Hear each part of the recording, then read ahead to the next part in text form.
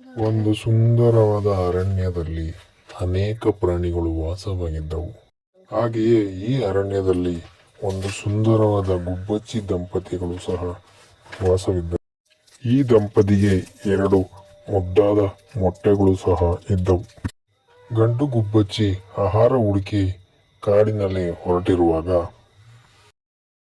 ಅಹಂಕಾರಿ ಕಾಗೆಯೊಂದು ಬಂದು, ಹೇ ಗುಬ್ಬಚ್ಚಿ, ಇವತ್ತು ನಿನ್ನ ಮೊಟ್ಟೆಯನ್ನೆಲ್ಲ ನಾನು ತಿಂದು ಮುಗಿಸುತ್ತೇನೆ. ಅಯ್ಯೋ ಬೇಡ, ಅಯ್ಯೋ ಬೇಡ, ನನ್ನ ಮಕ್ಕಳನ್ನು ಏನು ಮಾಡಬೇಡ, ಏನು ಮಾಡಬೇಡ ಅವರಿಗೆ.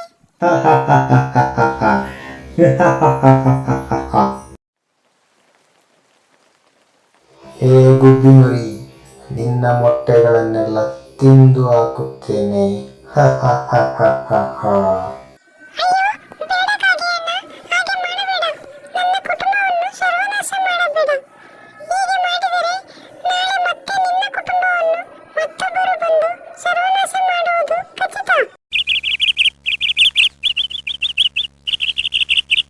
ಹೌದು ಕಾಗೆ ಅಣ್ಣ, ನೀನು ಈ ರೀತಿ ಮಾಡುವುದು ತಪ್ಪು. ನಾಳೆ ಮತ್ತೆ ನಿನ್ನ ಕುಟುಂಬಕ್ಕೆ ಮತ್ತೊಬ್ಬರು ಬಂದು ತೊಂದರೆ ಕೊಡುತ್ತಾರೆ. ನಿನ್ನ ಕುಟುಂಬವನ್ನು ಸರ್ವನಾಶ ಮಾಡುತ್ತಾರೆ. ನಾವೆಲ್ಲರೂ ಈ ಕಾಡಿನಲ್ಲಿ ಒಗ್ಗಟ್ಟಿನಿಂದ ಬಾಳುತ್ತಿದ್ದೇವೆ. ಅದನ್ನು ನೀನು ಹಾಳು ಮಾಡಬೇಡ. ಹೌದು ಕಾಗೆ ಅಣ್ಣ, ನಾವೆಲ್ಲ ಈ ಕಾಡಿನಲ್ಲಿ ಒಗ್ಗಟ್ಟಿನಿಂದ ಇರಬೇಕು.